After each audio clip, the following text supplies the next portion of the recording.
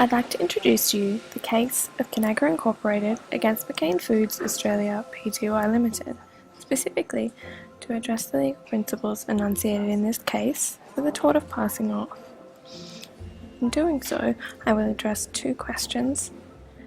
First, is it necessary that a plaintiff carry on a business or have a place of business in Australia to maintain an action for passing off? And secondly, what is the significance of fraudulent intention on the part of the defendant? The appellant, FiConAgra, manufactured and sold in the United States a range of frozen food products under the brand Healthy Choice.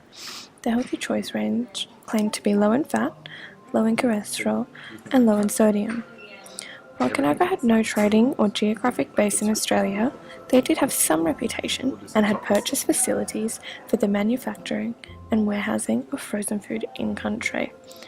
McCain Foods, already commanding much of the frozen food market in Australia, commenced manufacturing and selling in Australia a range of products using the trademarked name Healthy Choice and imitating the style and get-up of the appellant's product. An action for passing off stops persons and companies gaining a commercial advantage through wrongfully taking the attributes of another's business so that it causes or likely to cause that other person's business damage. This action depends on three core elements.